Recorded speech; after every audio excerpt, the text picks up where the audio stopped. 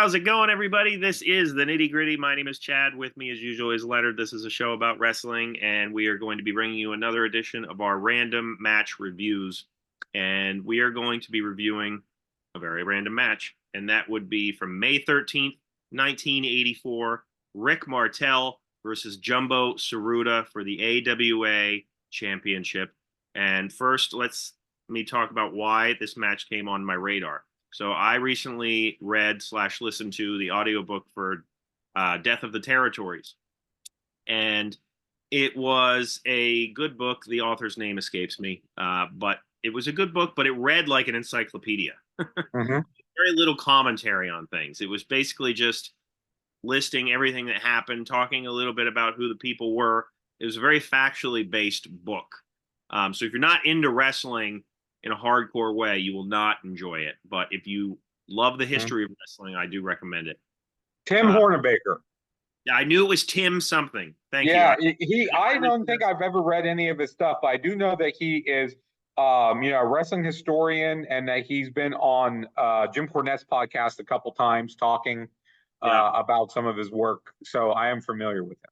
That makes sense. And the guy who read the audiobook, I joked with a friend, was clearly not somebody that knew a ton about wrestling, because he pronounced things like he pronounced the event Starcade as Starcade. That was funny. Anyway, they mentioned this match as, just a part of the regular timeline of events with AWA. And I thought to myself, wow, what a random pairing of people. And I didn't know what had happened in this match. And, spoiler alert, but Rick Martel wins this match, and it starts a very long title reign for him. And I didn't realize that he was AWA champ and had such a long reign. And I certainly know who Jumbo Tsuruta is as well. Like, if you look up greatest matches of the 80s, you'll see a lot of the matches that we all know and love. But if you want to look, if the Japan stuff comes up, chances are this guy is a part of that match, because he was in so many. He was in All Japan Pro Wrestling and was the first ever Triple Crown winner there. So he is very much a legend, but perhaps a legend that some people don't know about anymore. As we talk, I've never been big in Japanese wrestling. I know the name. I don't know a lot about him. As far as Rick Martel goes, I was aware that he was the AWA champ for a decent period for the time period. And Kurt Hennig was too. Sometimes when people say, oh, the best people who never held a world title, and Hennig's name may come up and Martel's name came up, but go, well, they were AWA world champions, and that was considered a world title when they held it. Right. But if you would ask me anything about Martel's reign, I couldn't tell you that. I think it largely was underwhelming. I don't think it moved the needle for them too much. It kind of felt like Vern doing a Bob Backlund thing. We need to go younger, but I still want a guy that can work. And nothing against Rick Martel, but if you look at him here and say who he would become later as the model, the charisma level, the promo level is way different. Oh yeah, no, absolutely, I agree. So I want to say that this reign lasted almost 19 months. It was the third longest title reign, and the longest title reign of the 80s, maybe, for AWA. Probably. Who did he lose to? Was it Hansen? Yes, he did. He lost to Stan Hansen in 1985. Yep. He had matches with Ric Flair, Jimmy Garvin, Nick Bockwinkel, and King Tonga. Rick Martel's finishing move at the time kind of alternated between a slingshot splash, a combination of an atomic drop, and a back suplex. And so this video is about 27, 29 minutes, depending on where you find it. You can find it a couple different places. But before I get to the match itself, the video I sent you, Leonard, I certainly didn't realize it when I sent it, like, that it would have both Japanese and English commentary. It alternates throughout. We start with the American, and it goes to the Japanese, and then about 10 minutes in, it shifts back. Yeah, then at the end, it shifts back again. So it was kind of jarring in that way. Although I think I preferred the Japanese commentary, which I couldn't understand. I did not look up the announcer for the AWA. I think it was Mel something at the time, but he was Wasn't not your good. regular guy.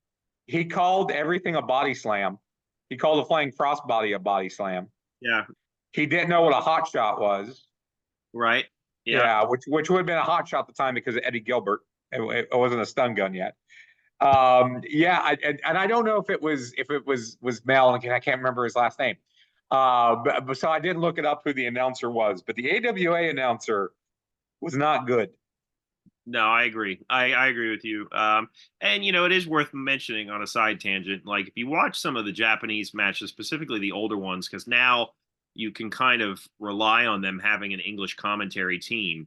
But certainly back in the '90s and the early aughts, they didn't always have that. So, but they were always very expressive. So if you watch some of the matches and you don't understand what they're saying, it's not really as big of a deal as you might think, because some of them are very good at what they do. But let's get into the match itself. Just kind of go over bullet points. There's a lot of chain wrestling to start. Yeah. And then you have Jumbo Tsuruta getting Rick Martel into, ironically, a Boston Crab. And you then have Martel doing a double arm hook. I think it was Martel. Yeah, he does a cross body.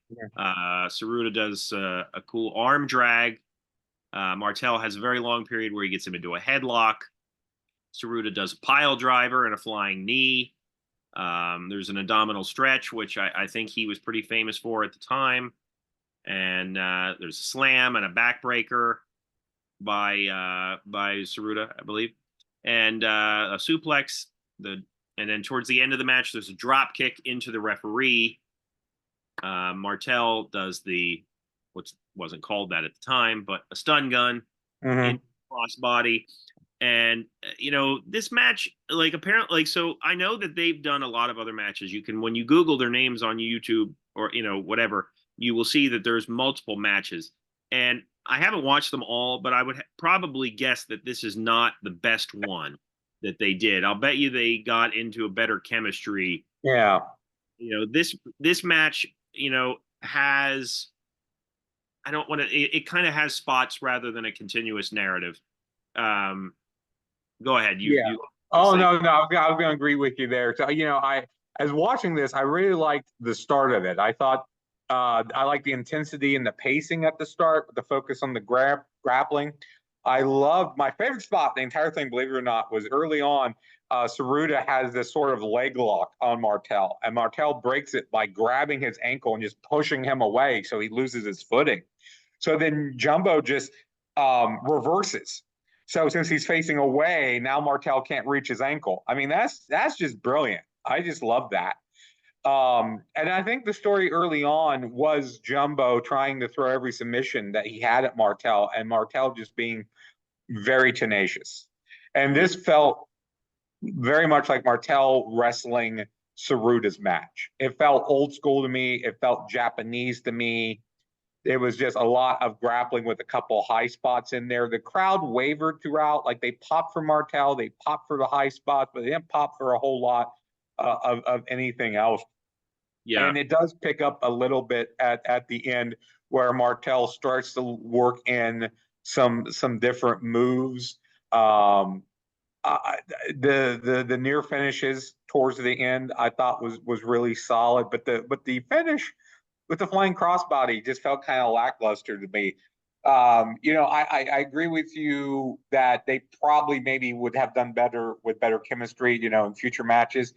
It felt to me like it didn't reach another gear. It was very much kind of at this second gear serviceable match to have a serviceable match. I would give it maybe 3 stars because of the technical aspects of it, and that might be a little bit generous on my part. I can't say that it's a bad match. I just don't feel it was a very interesting match.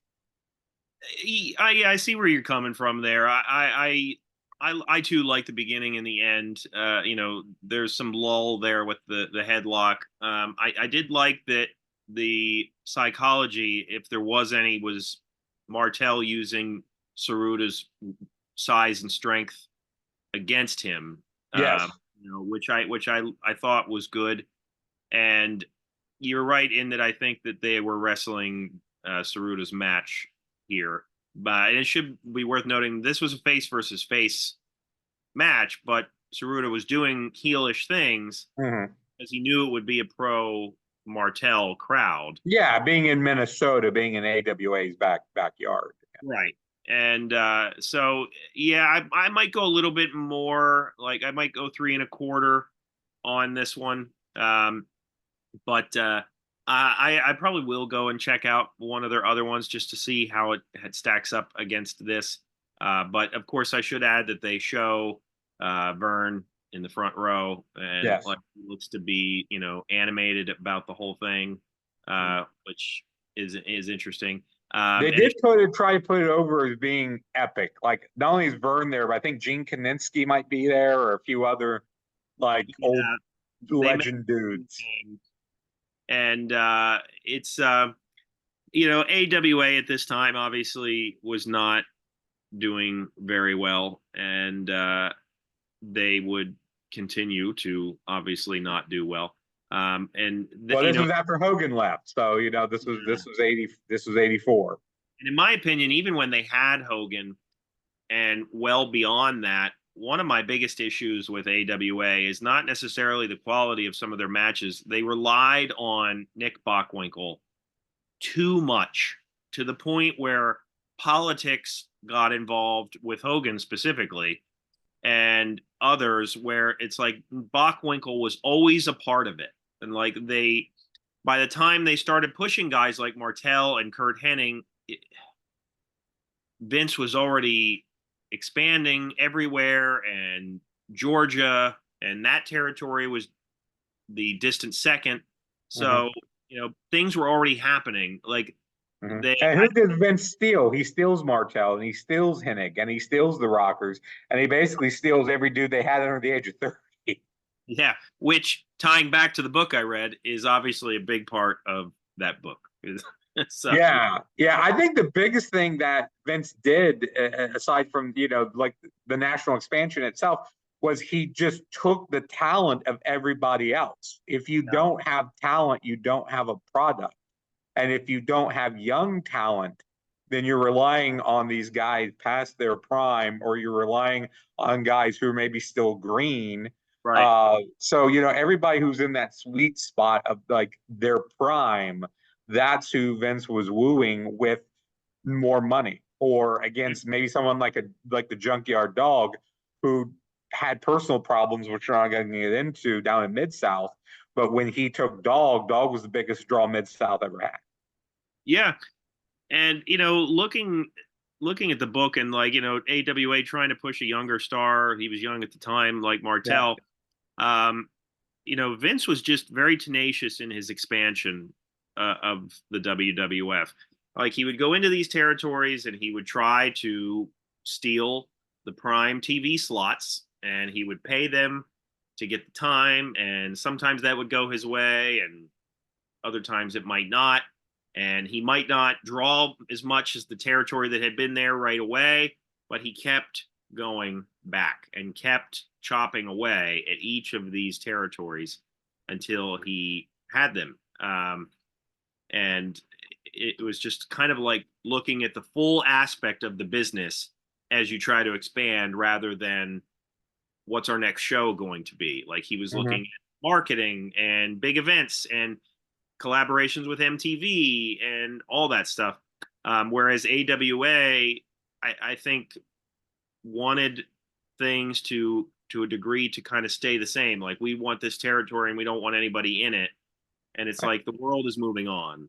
Yeah, and when they attempted to, kind of match what WWE was doing, like their ESPN show, not nearly the production value, not nearly the the talent in the matches. When they finally did a pay-per-view, the Wrestle Rock Rumble, I think was maybe their or Clash might, or a Super Clash might have been it. But anyway, when they did their first pay-per-view, again, no idea what they were doing. I think it might have been Super Clash, where if you watch it, there's like 100 people there.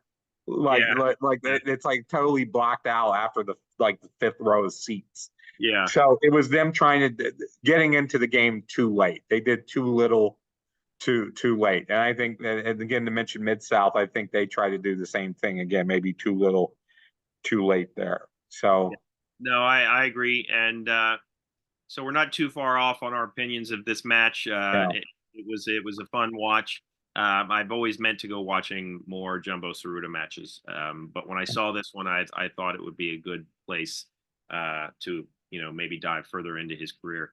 And I told you I do this long-term booking fed, and there's a guy who joined not too long ago who's doing like a super Japanese fed, and he has like Tsuruta and Choshu and Giant Baba and all these guys right, and Masawa and like I tried to read everyone else's stuff, so I'm actually getting my first kind of real exposure to some of these guys based on right, how how he's writing them, and and I wouldn't be against checking out some Japanese stuff. I actually had someone years ago, and I don't remember who it was, in some message board send me like VHS tapes of like some Japanese stuff.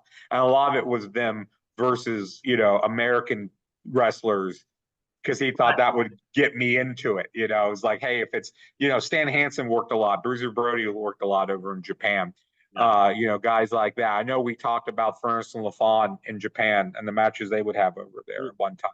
So so I actually enjoyed Jurassic this. Powers, one of our favorite tag teams. Yeah, it's one of our favorite tag teams. So I actually enjoyed this to see Tsuruta, who again is a guy that I had in the past couple of weeks been reading this guy's interpretation of Tsuruta. So to see him and to see that, I thought was interesting. And I would be interested in going back and watching some more Martel stuff, like some stuff Yeah, from the AWA. I know there's AWA on the network or Peacock, which I still call the network.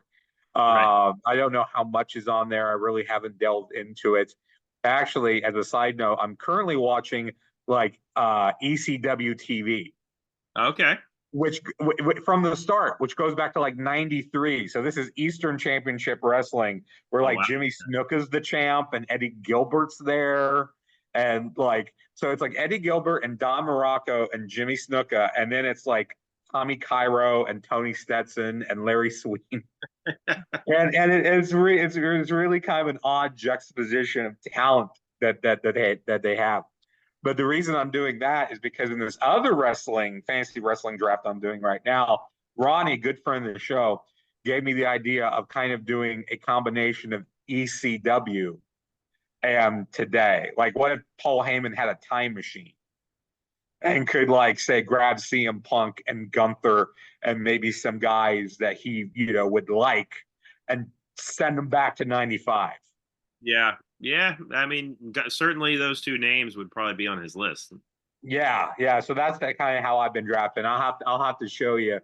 I'll send you a link to it. I'll show you once I get everything put together. But we're off on a total tangent now. Anyway, Rick Martel, Jumbo Tsuruta, go watch it. Right. Yeah. Let us know if you remember this match and you watched it back then. Let us know if you have seen it. Let us know in the comments. Hit the like button. Subscribe to our content. Check out our other episodes: Segment Surgery, What's That Card, Stupid Questions, and our full length episodes. We are also available wherever you listen to podcasts. So please give us some love on wherever you choose to check us out. And thank you very much for tuning in. For Leonard, my name is Chad, and we will see you next time.